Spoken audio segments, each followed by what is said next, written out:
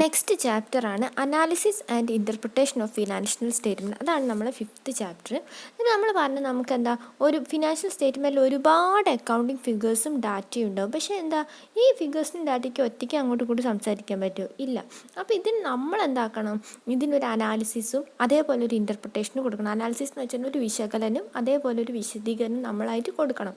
അപ്പോഴാണ് ബിസിനസ്സിന് എന്താ ചെയ്യാൻ പറ്റുക, കുറച്ചും കൂടി എങ്ങനെയാണ് നമ്മൾ പ്രോഫിറ്റബിലിറ്റി പൊസിഷൻ, ബിസിനസ് ഇപ്പം നിലവിൽ എങ്ങനെയാണ്, ലാഭമാണോ നഷ്ടമാണോ, ഇപ്പോഴത്തെ ഫിനാൻഷ്യൽ പൊസിഷൻ എന്താ, അതിനെന്താ കുറച്ചും കൂടി ഒരു ഡീറ്റെയിൽ ആയിട്ടൊരു സ്റ്റഡി നടത്താൻ പറ്റും. അതേപോലെ ബിസിനസ്സിൻ്റെ സ്ട്രെങ്ത് എന്താണ്, വീക്ക്നെസ് എന്താണ്, അങ്ങനത്തെ കാര്യങ്ങളെക്കുറിച്ചൊക്കെ നമ്മൾ ഫ്യൂച്ചർ പ്രോഗ്രസ് ഉണ്ടോ, അങ്ങനത്തെ കാര്യങ്ങളെക്കുറിച്ചൊക്കെ നമ്മൾ സ്റ്റഡി നടത്താൻ വേണ്ടിയിട്ട് ബിസിനസ്സിൻ്റെ മാനേജ്മെൻറ്റ് ഉള്ളവർക്കും പറ്റും. അങ്ങനെ ചെയ്യുന്നതാണ് നമ്മൾ analysis and interpretation of financial statement എന്ന് പറയുന്നത്. ഫസ്റ്റ് നമുക്ക് ഫിനാൻഷ്യൽ അനാലിസിസിൻ്റെ മീനിങ് എന്താണെന്ന് നോക്കാം.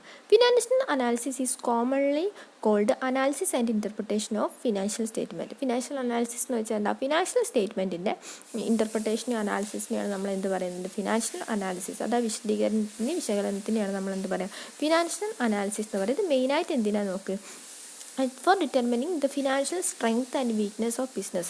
നമ്മൾ നടത്തുന്ന ബിസിനസ്സിൻ്റെ സ്ട്രെങ്ത് എന്താണ്, അതേപോലെ നമ്മുടെ ബിസിനസ്സിൻ്റെ വീക്ക്നെസ് എന്താണെന്ന് മനസ്സിലാക്കാൻ വേണ്ടിയിട്ടാണ് നമ്മൾ മെയിനായിട്ട് എന്ത് നടക്കുന്നത്, അനാലിസിസും ഇൻ്റർപ്രിട്ടേഷനും നടക്കുന്നത്. അതിലൂടെ നമുക്ക് കിട്ടുന്ന ഇൻഫർമേഷൻ, എക്സ്ട്രാക്റ്റ് ഇൻഫർമേഷൻ ഉപയോഗിച്ചിട്ട് നമുക്ക് എന്താക്കാൻ പറ്റും, ഡിസിഷൻ മേക്ക് ചെയ്യാൻ പറ്റും. അതായത് നമുക്കിപ്പോൾ കുറേ ഒരു ബ്രാഞ്ചിൽ തീരെ കച്ചവടമല്ല, അപ്പം പിന്നെ ആ ബ്രാഞ്ച് ഇങ്ങനെ തുടർന്നുകൊണ്ട് പോയിട്ട് എന്തെങ്കിലും കാര്യമുണ്ടോ, അപ്പോൾ എന്താക്കുക, ആ കച്ചവടമില്ലാത്ത ബ്രാഞ്ച് പൂട്ടുക, എന്നിട്ട് വേറെ എവിടെയെങ്കിലും കുറച്ചും കൂടെ നമ്മളെ സാധനത്തിൽ നിന്ന് കുറച്ചും കൂടെ മാർക്കറ്റുള്ള സ്ഥലം എവിടെയെന്ന് വെച്ചാൽ അവിടെ ബ്രാഞ്ച് ഓപ്പൺ ചെയ്യുക. അങ്ങനെ നമുക്ക് എന്തൊക്കെ പുതിയ ഡിസിഷൻസ് എടുക്കാം, അങ്ങനത്തെ കാര്യങ്ങളെക്കുറിച്ചൊക്കെ നമുക്ക് തീരുമാനം ഉണ്ടാക്കാൻ വേണ്ടി പറ്റും.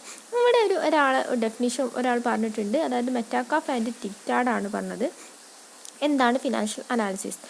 Analysis of financial statement is a process of evaluating the relationship between component parts of financial statement to obtain a better understanding of firm's position and performance. അതായത് ഫിനാൻഷ്യൽ സ്റ്റേറ്റ്മെൻറ്റ് എന്താണെന്ന് വെച്ചാൽ നമ്മളെ സ്റ്റേറ്റ്മെൻറ്റിലുള്ള കോമ്പോണൻസിലുള്ള കുറേ സാധനങ്ങൾ വെച്ചിട്ടാണ് നമ്മൾ സ്റ്റേറ്റ്മെൻറ്റ് ആക്കുക. ആ സ്റ്റേറ്റ്മെൻറ്റുള്ള കോമ്പോണൻസ് നമ്മൾ റിലേഷൻഷിപ്പ് തിരിച്ചറിയാനും, അതേപോലെ ഇപ്പോഴത്തെ നമ്മളെ കമ്പനീനെ തന്നെയാണ് ഈ ഫേം എന്ന് പറയുക. ഫേമിൻ്റെയും കമ്പനി ഒക്കെ നമ്മളിങ്ങനെ അക്കൗണ്ടിങ്ങിൽ വേറെ ടേംസ് ഇങ്ങനെ യൂസ് ചെയ്യും. ഫേം, കമ്പനി, അങ്ങനെ. ഇപ്പോൾ ഓണറിന് വേറെ പേരില്ലേ, പ്രൊപ്പറേറ്ററിനൊക്കെ ഓണർ എന്ന് പറയുന്നില്ല, അതേപോലെ.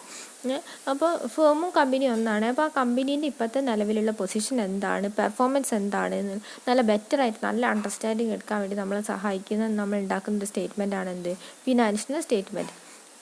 അപ്പോൾ ഫിനാൻഷ്യൽ സ്റ്റേറ്റ്മെൻറ്റ് നമുക്ക് കൺക്ലൂഡ് ചെയ്ത് പറയുകയാണെങ്കിൽ, നമ്മൾ ഫിനാൻഷ്യൽ അനാലിസിസിൽ നമ്മൾ കൺക്ലൂഡ് ചെയ്ത് പറയുകയാണെങ്കിൽ, നമ്മൾ ഫിനാൻഷ്യൽ സ്റ്റേറ്റ്മെൻറ്റ് ഉപയോഗിച്ചിട്ട് കമ്പനീൻ്റെ പെർഫോമൻസ് അനലൈസ് ചെയ്യും. അതേപോലെ തന്നെ ഫ്യൂച്ചറിൽ ഫിനാൻഷ്യൽ പെർഫോമൻസ് എന്താണെന്നുള്ള കാര്യം നമ്മൾ മനസ്സിലാക്കി എടുക്കുന്നതുമാണ് നമ്മൾ എന്ത് പറയുക, ഫിനാൻഷ്യൽ അനാലിസിസ് എന്ന് പറയുക. Financial analysis is the use of financial statement to analyse the company's financial position and performance and to assist future financial performance. ഷോർട്ടായിട്ട് പറയുകയാണെങ്കിൽ ഇൻഫർമേഷൻ പ്രോസസ്സിംഗ് സിസ്റ്റത്തിനെയാണ് നമ്മൾ എന്ത് പറയുക, ഫിനാൻഷ്യൽ അനാലിസിസ് എന്ന് പറയുക. അതുവഴി നമുക്ക് ഇൻഫർമേഷൻ കിട്ടും, അതുവഴി നമുക്ക് ബെറ്റർ ആയിട്ടുള്ള ഡിസിഷൻ എടുക്കാനും പറ്റും.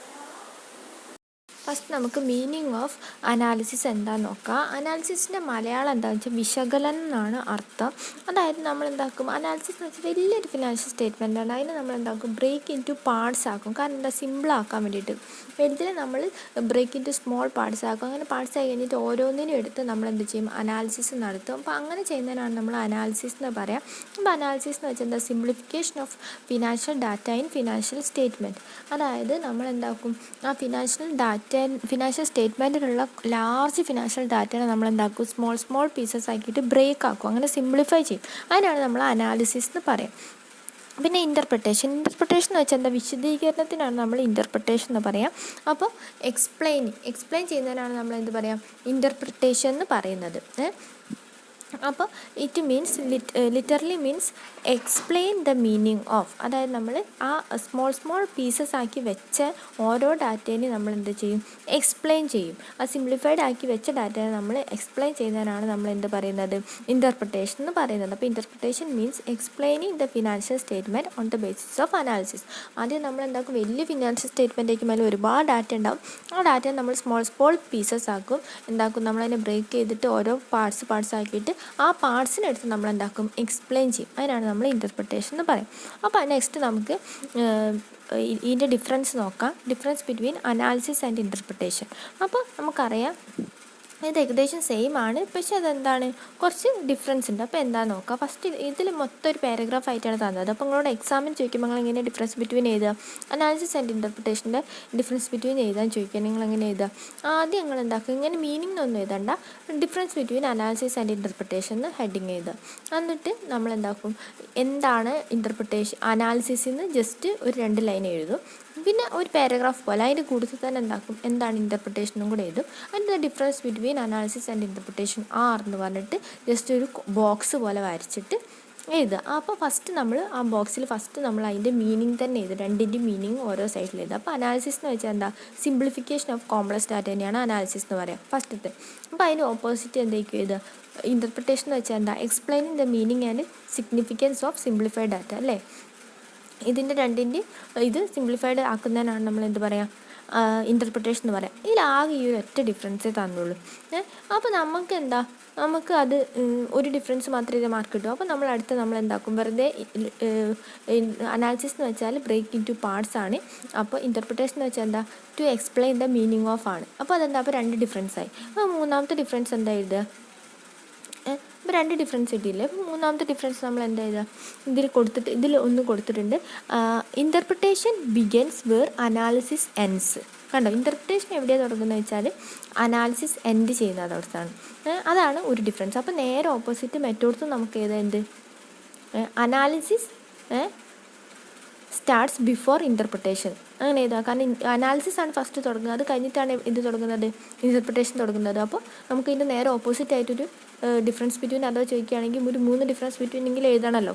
അപ്പോൾ അതിന് വേണ്ടിയിട്ട് നിങ്ങൾക്ക് വെറുതെ എന്ത് ചെയ്താൽ ഇത് ഫസ്റ്റ് എന്താ അനാലിസിസ് ആണ്, അത് കഴിഞ്ഞിട്ടാണ് ഇൻ്റർപ്രിട്ടേഷൻ. അപ്പോൾ അനാലിസിസ് സ്റ്റാർട്ട്സ് ബിഫോർ ഇൻ്റർപ്രിട്ടേഷൻ എന്ന് പറഞ്ഞിട്ട് ഡിഫറൻസ് ബിറ്റ്വീൻ ആയിട്ട് വെറുതെ നിങ്ങൾക്ക് അതും വേണമെങ്കിൽ എഴുതാം. പിന്നെ ഇതിൽ പറയുന്നത് അനാലിസിസും ഇൻ്റർപ്രിട്ടേഷനും റിലേറ്റഡ് ആണ്. കാരണം അതൊന്നില്ലെങ്കിൽ ഒന്നും പോസിബിൾ അല്ല. നമുക്ക് സ്മോൾ പാർട്സ് ആക്കിയില്ലെങ്കിൽ നമുക്കതെന്ത് ചെയ്യാൻ പറ്റില്ല, വിശദീകരിക്കാൻ പറ്റില്ല. വിശദീകരണം അല്ലാതെ അത് വെറുതെ സ്മോൾ പാർട്സ് ആക്കി വെച്ചിട്ട് അതിനെന്താ ഒരു വാല്യൂ ഉണ്ടാവുകയല്ല. അപ്പോൾ അത് രണ്ടും എന്താണ് റിലേറ്റഡ് ആണെന്ന് ജസ്റ്റ് പറയുക ചെയ്ത്. അപ്പോൾ ഞാൻ പറഞ്ഞ പോലെ അഥവാ ഡിഫറൻസ് ബിറ്റ്വീൻ ചോദിക്കുകയാണെങ്കിൽ അങ്ങനെ എഴുതിയാൽ മതി. ആദ്യം അതിൻ്റെ മീനിങ് ജസ്റ്റ് വെറുതെ എഴുതുക, എന്നിട്ട് നമ്മളായിട്ട് തന്നെ ഒരു 2-3-4 ഡിഫറൻസ് ചോദിക്കുക. ചിലപ്പോൾ ടെക്സ്റ്റിലൊന്നും ഇല്ലാതെ ഇങ്ങനെ എന്തെങ്കിലും ടോപ്പിക് എടുത്തിട്ടായിരിക്കും ഡിഫറൻസ് ബിറ്റ്വീൻ എന്നൊക്കെ ചോദിക്കുക. അപ്പോൾ നമ്മളായിട്ട് അങ്ങനെ ഒറ്റയ്ക്ക് ഉണ്ടാക്കി എഴുതണം. അതാണ് നിങ്ങൾക്ക് ഞാൻ പറഞ്ഞത്. ഇപ്പോൾ ഇതല്ല, വേറെ എന്ത് ടോപ്പിക്ക് വരികയാണെങ്കിലും ജസ്റ്റ് അലച്ചാൽ മതി. അതിൻ്റെ ഡെഫിനിഷനിൽ മീനിങ്ങിലൊക്കെ കുറേ വേർഡ്സുകളുണ്ടാവും, കുറേ ഇതുപോലെ. അപ്പോൾ അതെടുത്തിട്ട് അങ്ങോട്ടും ഇങ്ങോട്ടും 2 ബോക്സായി തിരിച്ചിട്ട് ഒരു ഡിഫറൻസ് ബിറ്റ്വീൻ്റെ പോലെ നിങ്ങൾ സ്വന്തം എഴുതിയാൽ മതി. കഴിഞ്ഞ പ്രാവശ്യം അങ്ങ് തിയറി ചോദിച്ചത് ടെക്സ്റ്റിലൊന്നും ഇല്ലാത്ത വേറെ ഏതോ ഒരു ഡിഫറൻസ് ബിറ്റ്വീൻ ആയിരുന്നു. ടെക്സ്റ്റിലുണ്ട്, പക്ഷേ ഡിഫറൻസ് ബിറ്റ്വീൻ ആയിട്ട് കൊടുക്കാത്ത 2 ടേംസ് തമ്മിലാണ് ചോദിച്ചത്. അപ്പോൾ നിങ്ങൾ അങ്ങനെ എഴുതിയാൽ മതി കേട്ടോ.